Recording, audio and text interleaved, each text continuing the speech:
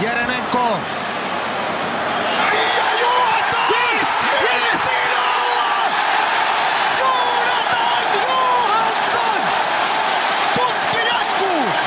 Loistava syöttö Roman Jeremenkolta ja siinä Saksan puolustajat vähän miettii, että kumpi ottaa palloa. Loistavaa viimeistely Tintiltä. Katsos Westermania. Katsoppa Nure, mitä tekee Laavin längistä pallo eteenpäin. Ja suunnilleen 13 metrissä. Kuunnellaan kulmasta. 37 minuuttia pelattuna.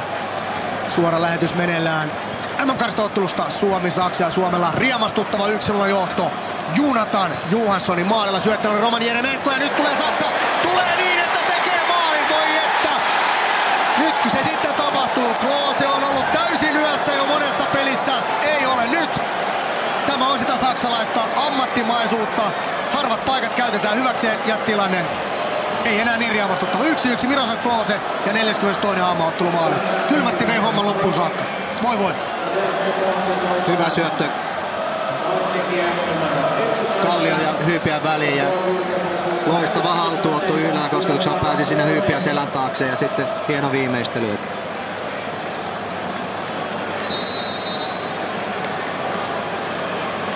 Pallo taaksepäin Hyypiälle. Hyypiä hyvin käyttää leveyden hyväkseen. Sjölund ja ei muuta kuin sinne boksiin. Johansson näyttää, että pallo tänne. Sjölund keskittyy. Ja pallo maaliin! Väyrynen! 2-1!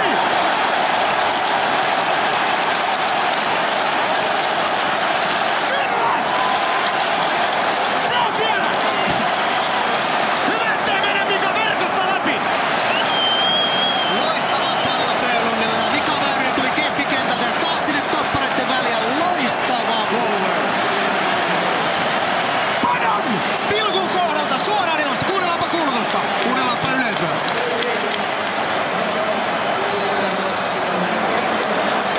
Herra jestas loppuun saakka. Ei maalia ennen taukoa. Jääskeläinen! Ei tää voi olla totta. Ei voi olla totta. Klose. Muutama sekunti Suomen 2-1 maalin jälkeen. Miksi? Taas hyvä kulmapotku ja siellä oli Miroslav Klose pääsi ensin puskemaan ja sitten pääsi vielä reboundiin. Että Jääskeläistä ensin hieno torjunta. No niin. Kommentoipa Mika.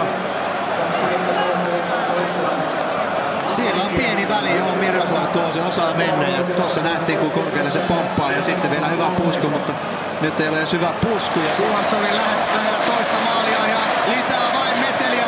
Lyhyt varjoitus tällä kertaa Johansson. Pallo takaisin Väyryselle. Väyrynen keskittää siihen. Pallo maaliin! Suomi ottaa 3-2. Daniel Sjölund! Yes! Harvoin näkee lyhyen kulmapotku onnistuvan, mutta tää pelattiin täydellisesti ja nyt sinne jäi välejä Saksan puolustukseen. Arvaa mitä Nore. Nyt mä en sano mitään. Odotetaan seuraava 5 minuuttia. Mut kerros mitä siinä tapahtuu. Harjoiteltu kuvio, lyhyt kulmapotku, jossa Nopeasti pallopeli Saksalla on kiinni. Schweinsteiger. Ei.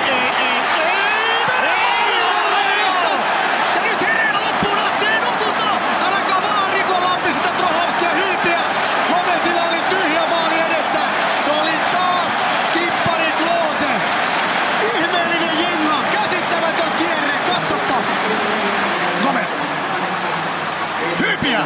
Ei saa palloon. Se oli paitsio, mutta ei lippu noussut. Gomez. Pallo pois. Gomez petaa Trohovski. Jääskeläinen. Hirvittää hässäkään enää. Ja sinnehän se meni. Näin aina. totta.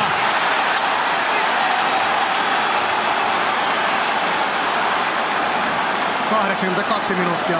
Hattutemppu Kloselle. Kaamea hässäkkä tilanne. Jääskeläinen karjuu avustavan suuntaan.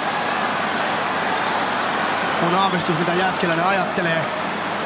Klose tietää tuoneensa Saksan tasoihin. Tässä Gomez, Trohovski, Jääskeläinen. Gomez petaa.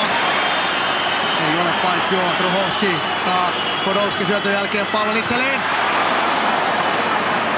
Mario Gomez puskee pallon yli maalin ja tämän täytyy olla Saksan viimeinen paikka ottelussa. Trohowski keskitys. Uskomatonta kyllä, mutta Saksa sai kuitenkin viimeisellä 10 sekunnilla vielä luotua maalintekopaikat.